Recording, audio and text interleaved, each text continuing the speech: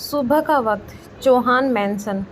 रुद्र की जब आँख खुली तो खुद को यूं बेसुधी में स्टडी रूम के सोफे पर सोता पाकर वो खुद को संभाले उठकर बैठता है और अपनी हथेलियों में खुद के चेहरे को भर गहरी सांस लेता है।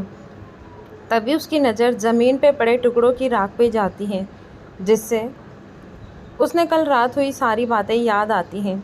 अन्या का डिवोर्स पेपर साइन करना भी। ये याद आते ही रुद्र के दिल को बेचैनी खलने से लगती है।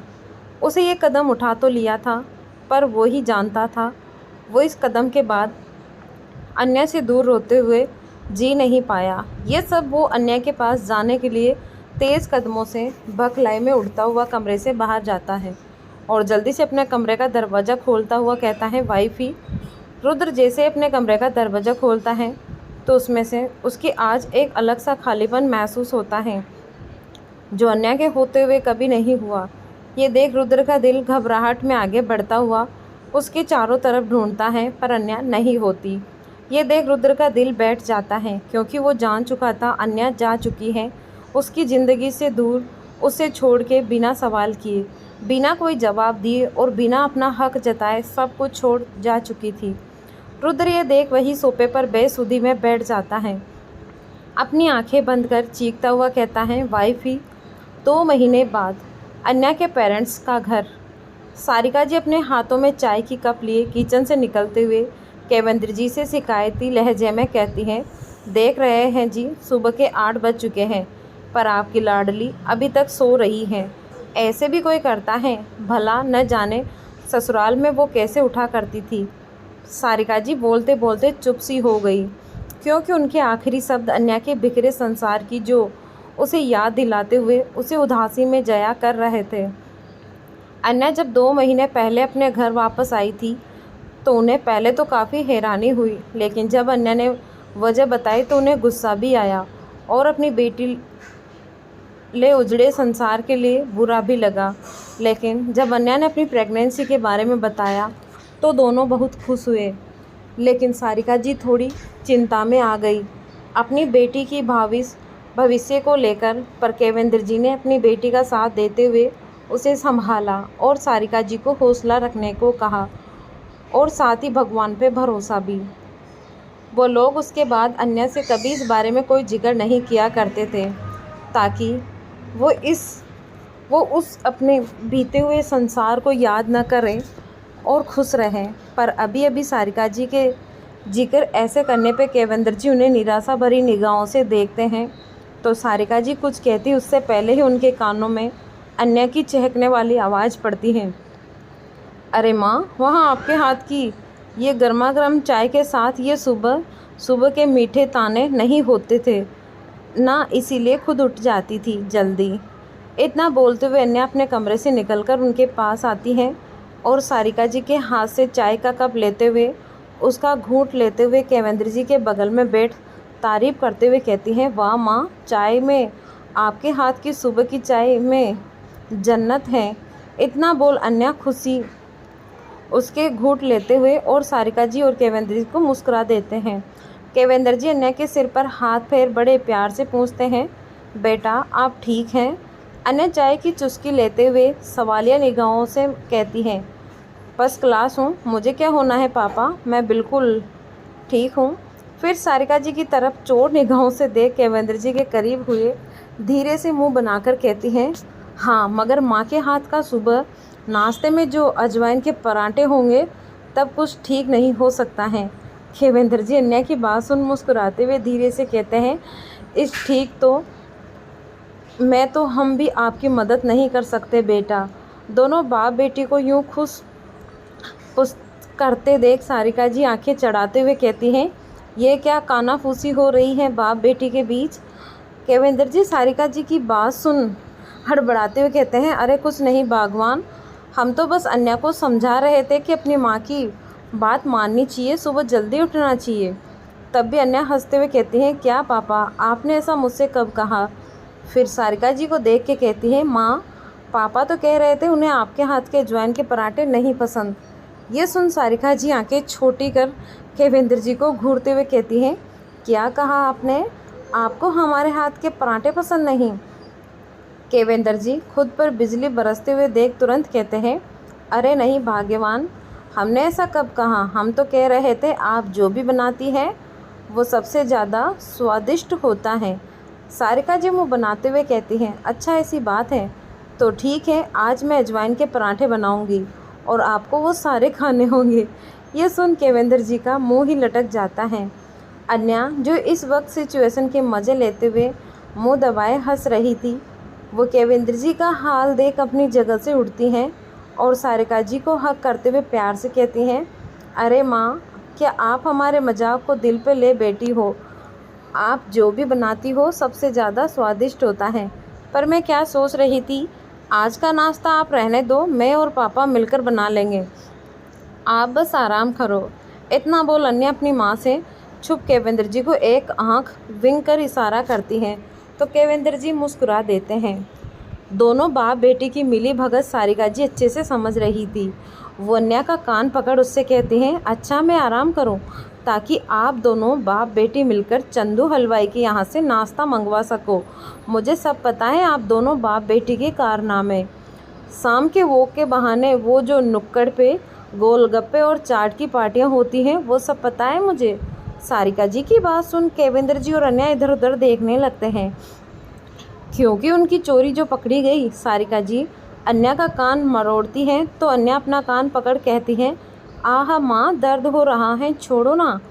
सारिका जी अन्या का कान छोड़ केवेंद्र जी से गुस्से में उंगली दिखाते हुए कहती हैं कि जगह इसका साथ देते हैं और आप इसे रोकने, आपको पता है ना डॉक्टर ने इसे अपना ख्याल रखने को बोला है। तब भी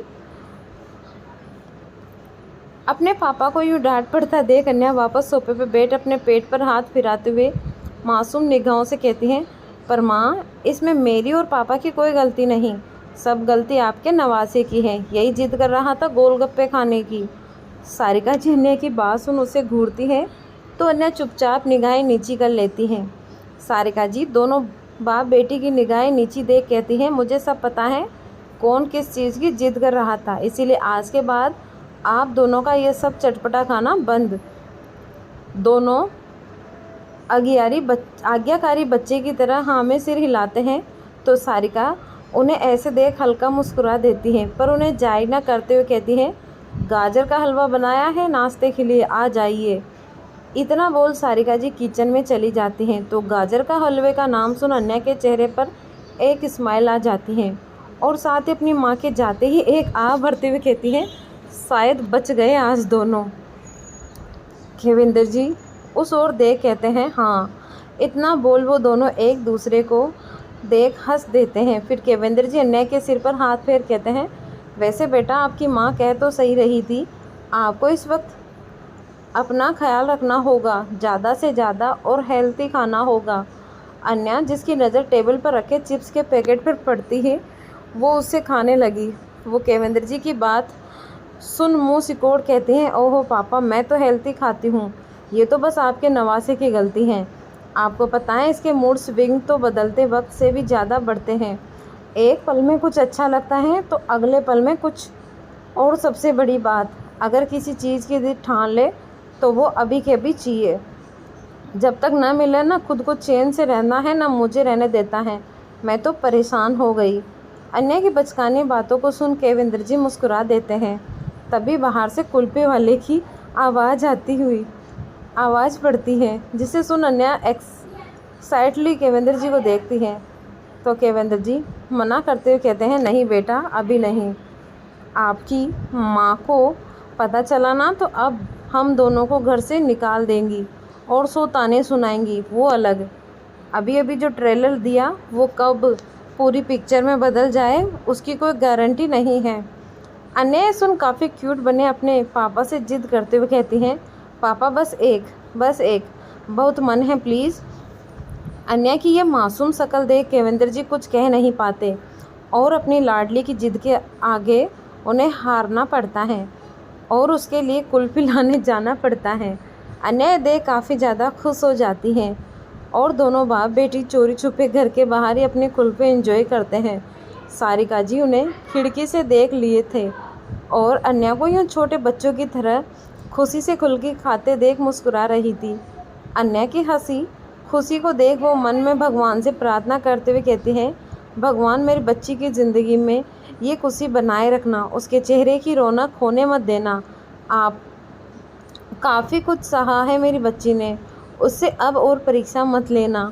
मेरी बच्ची बच्ची की ज़िंदगी की खुशी लौटा दो भगवान, एक माँ की विनती है आपसे। सारिका जी भगवान से प्रार्थना करती है। अन्या को देख अपनी आंखों में आंसुओं के लिए मुस्कुरा देती है। वहीं अन्या अपनी कुल्फ़ी एंजॉय कर घर आती है। चुपचाप केवेंद्र जी के साथ नाश्ता करने लगती है। बीच बीच में हंसी टिटोली तो होने के बीच बीच में आम सी बात था। सब अपना नाश्ता कर लेते हैं। सारिका जी अन्या को उसकी दवा देती हैं कि तभी अन्या का फ़ोन बजता है।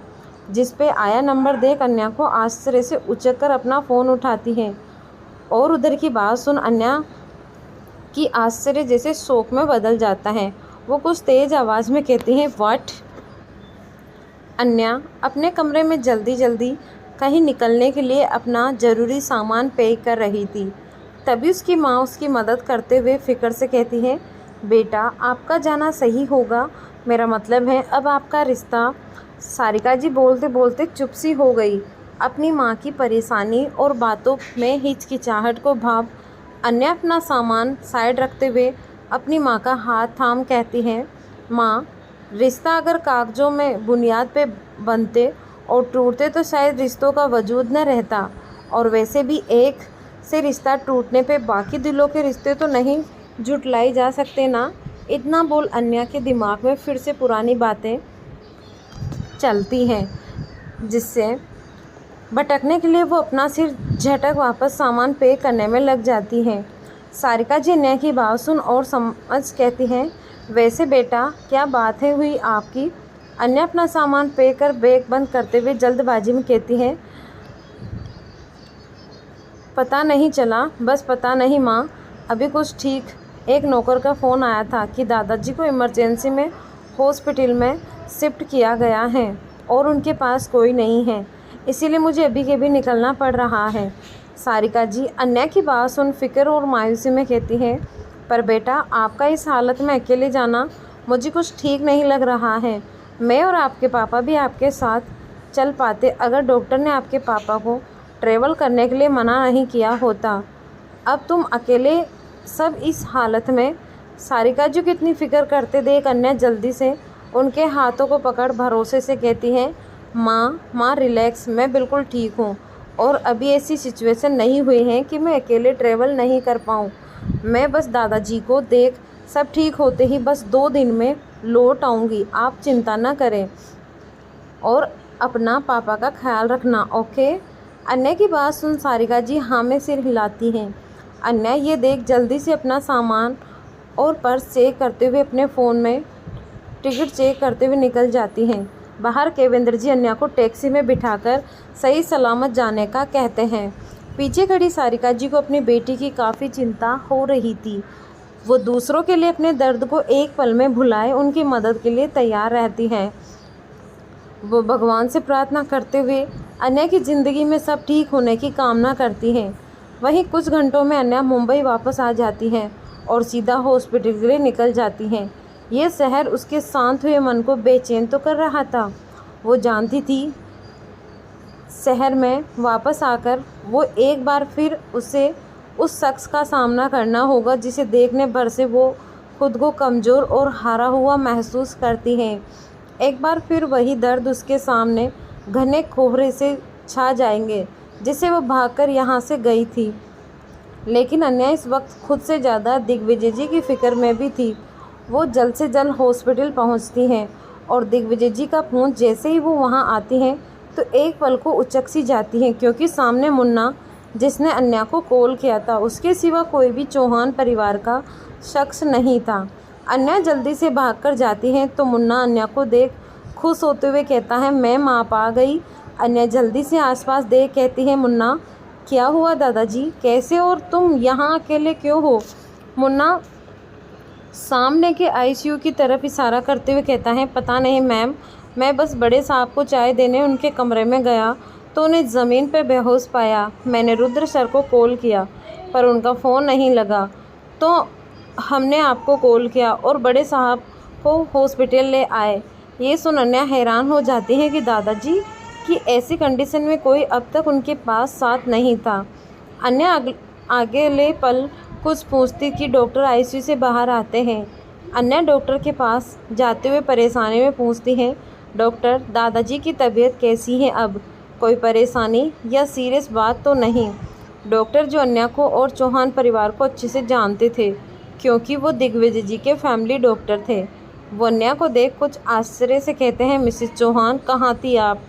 आप और आपका कोई भी परिवार का सदस्य यहाँ पेशेंट के साथ मौजूद तक नहीं था। अन्या उसकी बात पे शर्मिंदा हुए कहती हैं, डॉक्टर सॉरी डॉक्टर, दादाजी की कंडीशन अब कैसी हैं? क्या हुआ था इन्हें? डॉक्टर अन्या के सवाल सुन थोड़े सीरियस अंदाज में कहते हैं, बीपी काफ़ी बढ़ने की वजह से माइनरी हार्ट अटैक आया था। शायद काफ़ी दिनों से स्ट्रेस और वक्त पे दवाई ना लेने की वजह से ये सब हुआ है। आपको इनका खास ख्याल रखना होगा। फिर तो सब नॉर्मल है और सिचुएशन कंट्रोल में है, लेकिन आगे अगर ऐसा दोबारा हुआ तो शायद इनकी जान पे भी बन सकता है। डॉक्टर की बात सुन अन्या के होश उड़ गए। वो फिक्र से कहती हैं, डॉक्टर अभी कोई ऐसी बात तो नहीं है ना? सब ठीक है ना? डॉक्टर हाँ में सिर हिलाते हुए कहता है, हाँ फ़िलहाल सब ठीक है, बस आज ऑब्जर्वेशन में रखना होगा ताकि हम अच्छे से इनकी कंडीशन मॉनिटर कर सकें। बाकी हम कल फाइनल कुछ बता सकते हैं।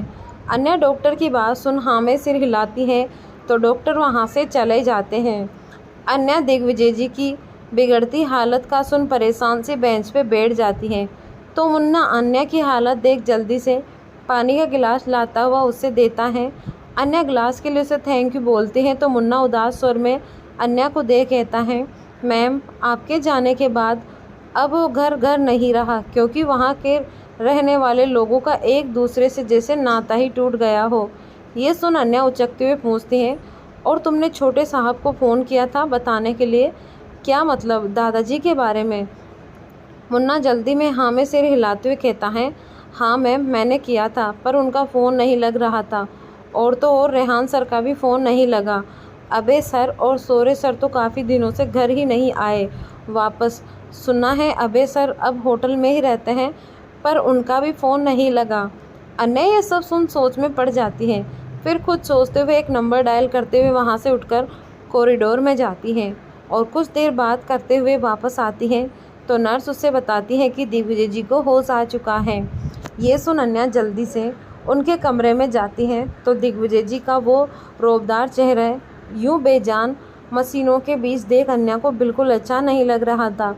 वो आगे बढ़ अपनी आंखों में नमी लिए दिग्विजय जी के बेड पे पास खड़ी रहती हैं। दादाजी। अन्या की आवाज़ सुन दिग्विजय जी जल्दी से अपनी आंखें खोल हैरत में अन्या को देखते हैं और अगले ही पल उनकी आंखों में खुशी और गम के मिले जुले नमी से अन्या को देखते हैं और अपना हाथ आगे बढ़ाते हैं तो अन्या उस हाथ को थाम कहती है, ये क्या हाल बना लिया आपने दादाजी? आप अपना ख्याल बिल्कुल भी नहीं रखते, ऐसे कैसे चलेगा? महीनों के बाद तो अन्या की डांट सुन दिग्विजय जी छोटी सी मुस्कान में कहते हैं, गलती आप ही की है, आप हमारी आदत बिगाड़ कर यूँ सब छोड़ चली गई तो ये तो होना ही था। अन्या उनकी बात सुन एक नज़र उन्हें मुंह बनाए घूरती है तो दिग्विजय जी अपनी आंखों में खालीपन लिए अपनी निगाहें ऊपर कर शून्य में देखते हुए कहते हैं, और वैसे भी जिस आस के लिए हम जी रहे थे वो चिराग तो अब हमेशा के लिए मिट चुका है। अन्या उसकी बात सुन जानती थी कि दादाजी किस बात का जिक्र कर रहे थे। वो उनकी आंखों से बच अपने पेट पर हाथ रख मन में कहती हैं, नहीं दादाजी, कैसे बताऊं आपको सबको कि वो आशाओं ने मेरे अंदर जन्म ले लिया है। अन्या उनकी बात सुन बस मुस्कुरा देती हैं। तभी नर्स ट्रे में दिग्विजय जी के लिए सूप ले आती है तो अन्या खुद आगे बढ़ उसके हाथों से लेते हुए खुद पिलाने का कहकर उसे भेज देती हैं। सूप पीते पीते दिग्विजय जी और अन्या काफ़ी खुशी खुशी बातें करते हैं जिससे दिग्विजय जी का भारी मन कुछ शांत हो जाता है, पर रह रहकर उन्हें अन्या को देख काफ़ी बुरा लगता है। उन्हें समझ नहीं आता कि वो क्या करें जो उनके घर की खुशियाँ दोबारा उनकी दहलीज पे आ जाए, क्योंकि रुद्र अब उनकी सुन तक नहीं रहा था। अन्या सूप पिलाने के बाद दिग्विजय जी, जिनको दवा के कारण नींद आ गई, अन्या वार्ड से बाहर आते एक ठंडी आह भरती है। वो आसपास नज़रें घुमाती हैं तो अब तक चौहान परिवार का वहाँ कोई मौजूद नहीं था। अन्या को ये तो खबर हो गई थी कि रेहान और रुद्र दोनों बिजनेस ट्रिप पर हैं, पर आकाश जी की कोई खबर नहीं मिली। तो वो है कहाँ? ये सारे सवाल अन्या को रह रहकर खल रहे थे, पर वो इस वक्त अपने सवालों का जवाब जानने से बेहतर अपने मन को शांत रख दिग्विजय जी और अपने होने वाले बच्चे की केयर करना ज़्यादा इम्पोर्टेंट समझती हैं। दूसरे दिन ही दिग्विजय जी की तबीयत में जल्दी सुधार होते देख डॉक्टर ने उन्हें घर जाने की परमिशन दे दी। अन्या चौहान मेंशन का जाने का सुन बेचैन सी हो गई, क्योंकि वो जानती थी उसका दिल वहाँ जानते ही कमज़ोर पड़ने से लगेगा। पर दिग्विजय जी की हालत अभी ऐसी नहीं थी कि उन्हें नौकरों के भरोसे छोड़ सके, इसीलिए उसने मजबूरन उनके साथ आना होता है। अन्या दिग्विजय जी को कमरे में आराम करने का बोल उनके लिए किचन में खाने का देखने आती हैं, तो उसकी सास नज़रें उस बेजान पड़ चुके घर में पड़ती हैं, जिससे उसकी आंखों में नमी सी छा जाती है। वहाँ बीती यादें सच में अन्या के लिए खुशी और दुख दोनों का एक अलग ही मंजर था। पर इन सब के बावजूद अन्या खुद को मजबूत बनाकर सब अपने काम में लगी रहती हैं। अन्या को वापस देख वहाँ के नौकर स्टाफ सब काफ़ी खुश थे। मुन्ना अन्या को फ्रूट की प्लेट पकड़ाते हुए खुशी से कहता है, मैम आपको वापस देख हम सब बता नहीं सकते कितने खुश हैं। आपके जाने के बाद तो यहाँ कुछ भी अच्छा नहीं लगता था, सब जैसे मशीन से बन गए थे। अन्या मुन्ना की बात सुन उसकी तरफ देख कुछ सोचते हुए कहती है, मुन्ना डैड कहाँ है? वो दिखाई नहीं दिए। दादाजी की तबीयत के बारे में पता है उन्हें? वो मिलने तक नहीं आए अभी तक, कहीं गए हैं? आकाश जी के बारे में सुन मुन्ना कुछ खामोश सा हो गया। अन्या उसकी खामोशी देख कंफ्यूज सी कहती है, क्या वो बात है मुन्ना? डैड कहाँ है? मुन्ना अपना सिर झुकाए संकोच में कहता है, मैम वो आकाश सर ने आपके जाने के दूसरे दिन ही घर छोड़ दिया। अन्या ये सुन आश्चर्य से कहती है, क्या? पर क्यों? मुन्ना अन्या की तरफ देख कहता है, वजह का पता नहीं मैम, पर आपके जाने के बाद उनकी रुद्र सर से बहुत बड़ी वाली बहस हो गई और वो गुस्से में घर छोड़कर चले गए। रेहान सर और दादाजी ने काफ़ी रोकने की कोशिश की। रेहान सर ने तो काफ़ी रोए गिड़गिड़ाए, पर वो नहीं रुके। उन्होंने सबसे नाता तोड़ दिया, जिसकी वजह से रेहान काफ़ी दुखी हो गए और अब वो हंसते भी नहीं हैं, बस रुद्र सर की तरह काम काम काम सिर्फ काम। इसीलिए भी दादाजी अब घर में अकेले से पड़ गए और खामोश से हो गए। फिर डाइनिंग टेबल की तरफ इशारा कर कहता है, वो डाइनिंग टेबल देख रही है मैम, जहां आपके होते वक्त सब कितनी हंसी खुशी खाना खाया करते थे, पर आपके जाने के बाद वो एरिया भी खामोश हो गया, क्योंकि अब वहाँ कोई नहीं बैठता। हाँ, कभी कभी दादाजी वहाँ अकेले बैठ घंटों अपने आसपास की चेयर को देखते थे, पर उनसे भी वहाँ बैठ कभी खाना हल्का नीचे नहीं उतरा। मैम आपके जाने के बाद सब बदल गया और साथ ही खामोश भी हो गया। इतना बोलते बोलते मुन्ना की आंखें भर आई थी। वो अन्या के सामने हाथ जोड़कर कहता है, मैम प्लीज़ आप सब ठीक कर दो ना। रेहान सर तो आपको उनकी जादू की छड़ी बोलते थे ना, तो प्लीज़ ऐसा मैजिक दोबारा कर दो। मुझे यहाँ सबकी हालत देख बिल्कुल अच्छा नहीं लगता, प्लीज़ मैम। अन्या उनकी बात सुन खामोश सी हो गई। उसकी भी ये सारी बातें सुन आंखें भर आई थी। उसने कभी नहीं सोचा था कि इतने प्यार से सजोए उसका परिवार यूं बिखर जाएगा। अन्या का दिल भी ये सब जान काफ़ी रो रहा था। वो बिना कुछ कहे वहाँ से चली जाती है। वहीं दोपहर का वक्त रुद्र की कार चौहान मैंसन में एंटर करती है। बॉडीगार्ड के दरवाजे खोलने पर रुद्र, जिसका ध्यान अपने फ़ोन में था, वो बिना किसी भाव के कार से निकलता है और जैसे अपने कदम घर की ओर बढ़ाता है, तभी दूसरी कार भी चौहान मैंसन में एंटर करती है, जिसकी आवाज़ सुन रुद्र का ध्यान अपने मोबाइल से हट उस ओर जाता है। दूसरी कार से रेहान आंखों में मायूसी और चेहरे पर उदासी के भाव ले निकलता है। रेहान को देख कोई भी बता सकता था कि ये वो रेहान नहीं है जो पहले हुआ करता था। उसकी हालत एक बेजान मशीन जैसी हो गई थी। चेहरे पे कोई रौनक नहीं और न ही खुद के ऊपर कोई ध्यान। रेहान ने तो सेविंग तक नहीं किया। वो वैसे ही अपने कदम घर की तरफ बढ़ा देता है। रुद्र जो उससे ही देख रहा था, पर रेहान के लिए जैसे रुद्र एक्सटिश ना हो, वहाँ वो उसे इग्नोर कर चुपचाप उसके साइड से निकल आगे बढ़ता है। ये देख रुद्र का दिल काफ़ी कचोट जाता है। वो रेहान को आवाज़ लगाता है, रेहान। रुद्र की आवाज़ सुन रेहान के कदम तो रुक जाते हैं, पर वो अब भी पलटकर उसकी तरफ एक बार भी नहीं देखता। ये देख रुद्र खुद उसके पास आता, उसके कंधे पर हाथ फिकर से कहता है, तुम्हारा ट्रिप कैसा रहा? रुद्र का सवाल सुन रेहान सामने देखते हुए काफ़ी सीरियस और बिना भाव के कहता है, उसकी रिपोर्ट्स आपको कल तक मिल जाएगी भाई, क्लाइंट और ज़रूरी इन्फॉर्मेशन के साथ। रेहान का इतना रूखा बिहेव देख रुद्र के अंदर तक कचोट जाता है।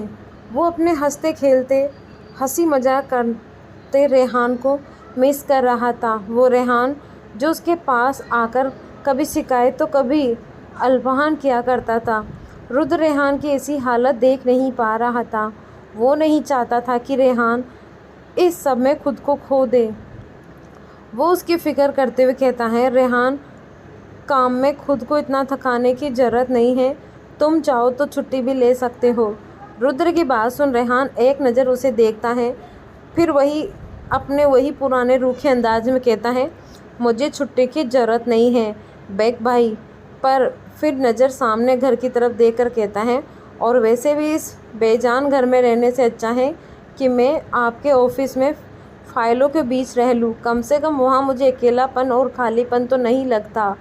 इतना बोल रेहान जैसे ही जाने को लगता है कि तभी मुन्ना उनके पास आता हुआ कहता है, सर आप दोनों आ गए।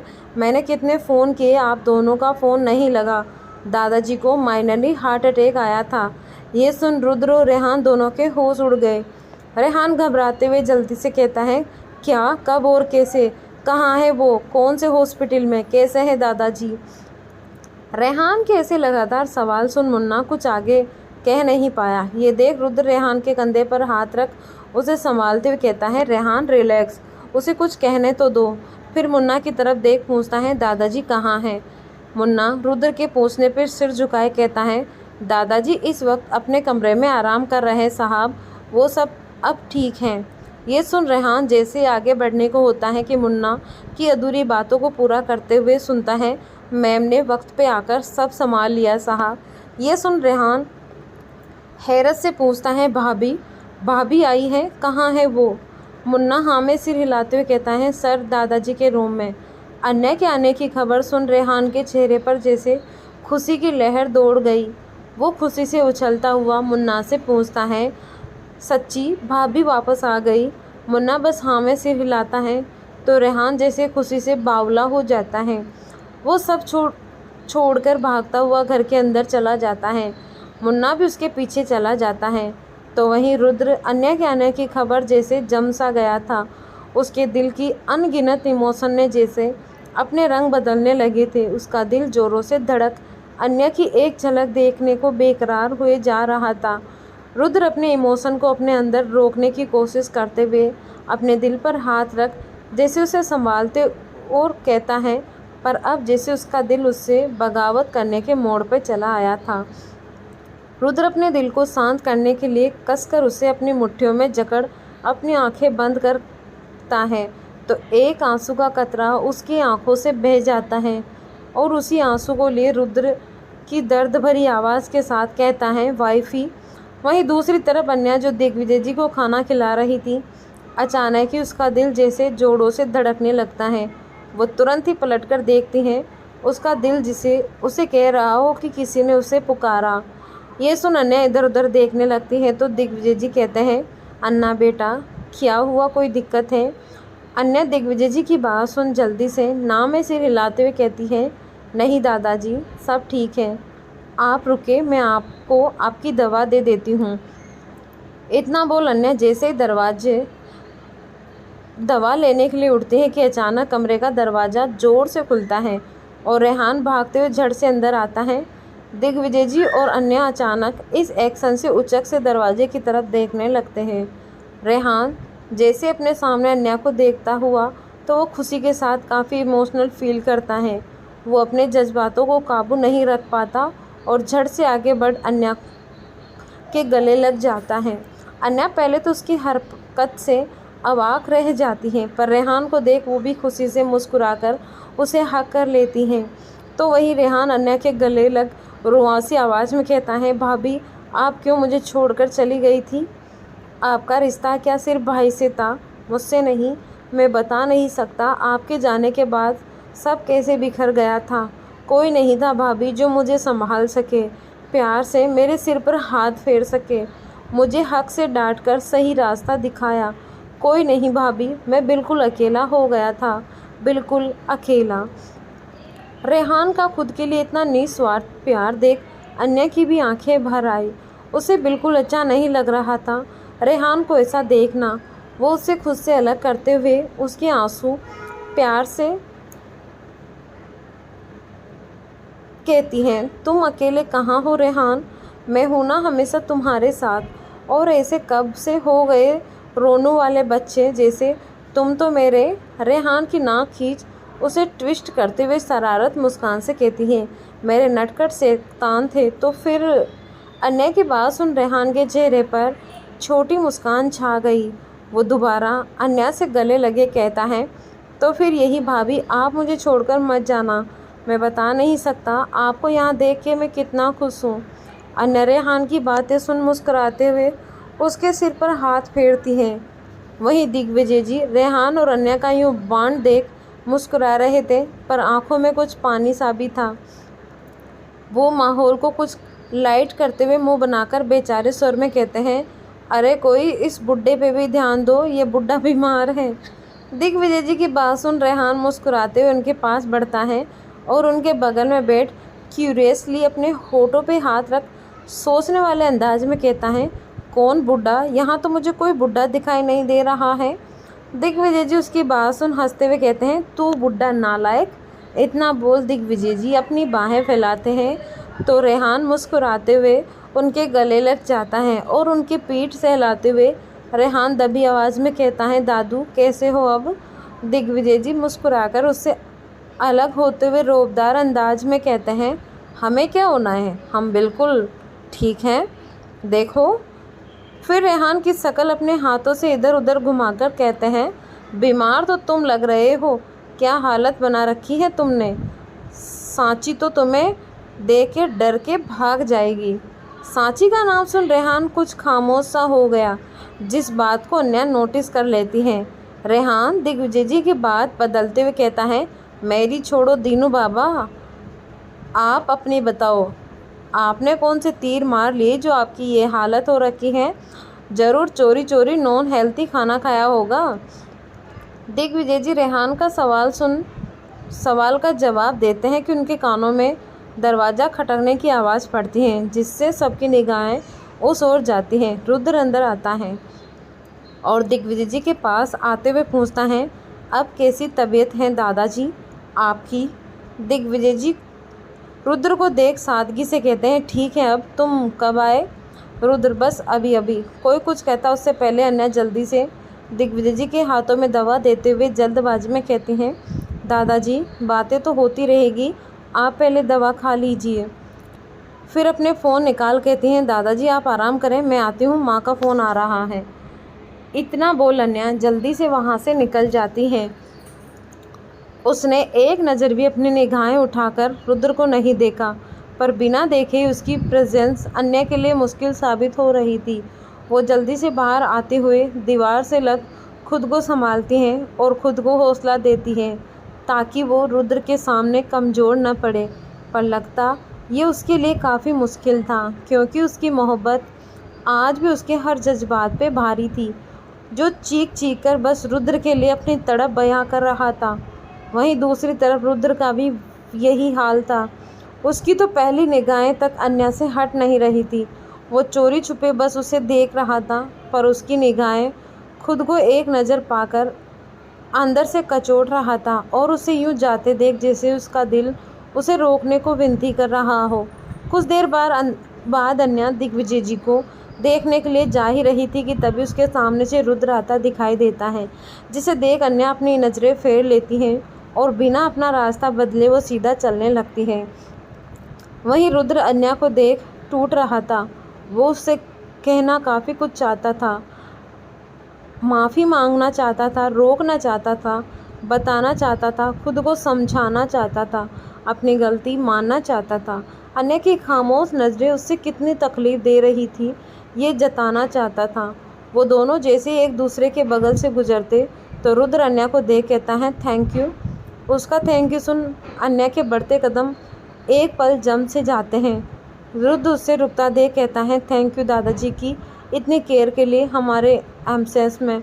इतना बोल वो अन्या को देखता है जिसके चेहरे पर कोई भाव नहीं थे, बिल्कुल खामोश चेहरा जहाँ कभी खुशियाँ मुस्कान सा बखेरा था, रुद्र के लिए प्यार का दास्ता बयां होता था।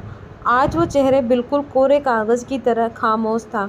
रुद्र आगे कुछ कहता उससे पहले अन्या बिना रुद्र की बातों का जवाब दिए वहाँ से चली जाती है। अब रुद्र को उसकी ये छुपी खलने लगी थी, क्योंकि अन्या उससे कुछ नहीं रही थी, न उसके फैसलों पे उसने तब कोई सवाल न अब किया, न कुछ बयां किया। वो बस उससे एकटक ताकते रहता है।